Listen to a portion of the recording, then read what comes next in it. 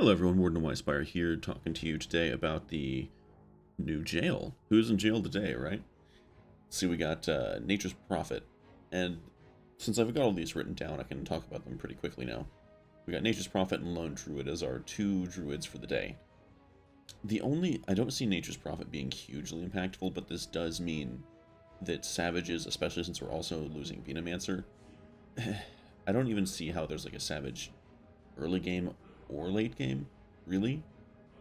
So I think they're just kind of screwed today. Losing Venomancer is also relevant to Warlocks.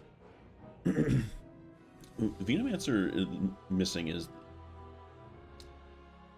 Between Venomancer and Disruptor, it means that you can't get your 6 Warlocks without getting one of the late game, the ace tier, Warlocks, but you also can't get Disruptor. So I think Forelock is the answer today. Forelock into Knights, actually. Omni Knight is... Losing Omni Knight's kind of a big deal. He's a huge healer. Knights like healing. They can use it more effectively than the other alliances because they've got general protection as opposed to specific protection in the form of scaled and in warriors, magic and physical, respectively.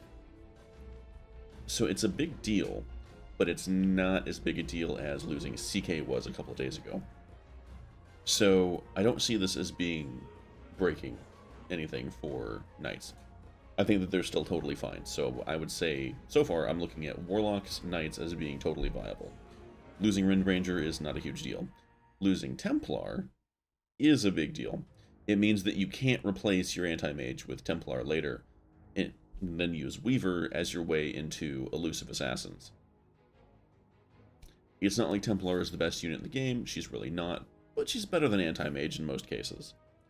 So, assassins are going to have a little bit of a bump in the road as far as power spiking in the late game. Because a 2-star Templar is way better than a 2-star anti-mage. If you get a 3-star anti-mage, this is fine. But that also, I don't know, it asks a lot of the player. Lina. Losing Lina is not a huge problem, honestly. Because there are other options near her. Actually, let me just verify that. And we're gonna... And, nope. Why do I always do that? Mages. So yeah, Ogre is actually a tier 2 now, but if we look over here, we've got 1, 2, 3, 4, 5, 6. So we don't really need Lina. She's better than Morphling, so that's true. But there's just so many mages that just losing this one mage, she's not impactful enough on her own for this to be a huge deal. Mages totally work today. Unfortunately, with the freaking Bloodseeker change that I was looking at earlier, so does Bloodseeker on Primordials. So expect Primordials to be getting hit a little bit in the early game. I would actually actively avoid building Primordials until Bloodseeker is done having his little early game rampage, screwing with everyone. And then late game, I still don't think Bloodseeker's a late game unit. He just doesn't have the stats. Once the builds start getting their lockdowns and their AoEs and all that, I don't think Bloodseeker survives. But hey, maybe, maybe a late game Bloodseeker with a mom, even in builds that normally don't use it, that could work.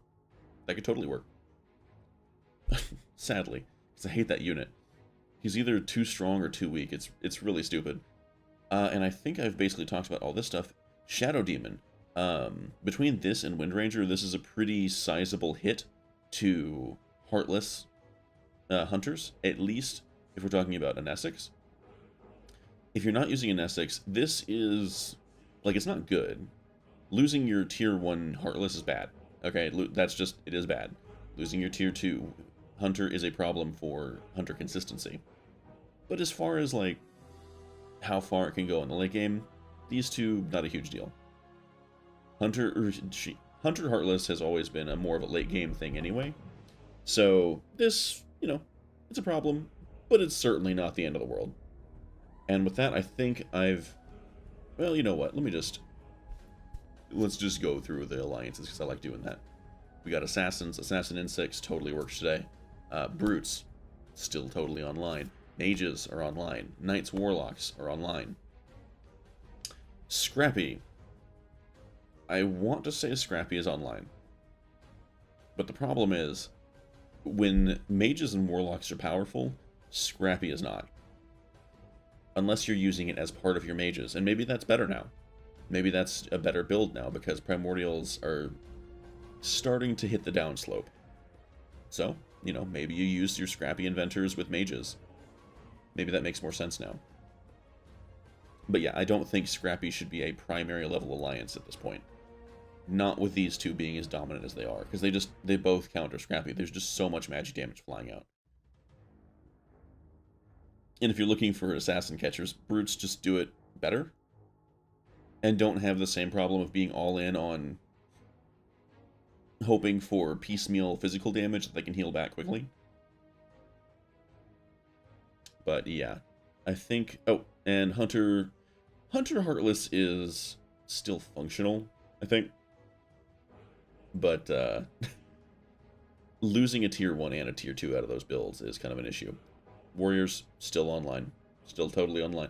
It somehow, despite these two being so dominant, Warriors still survives.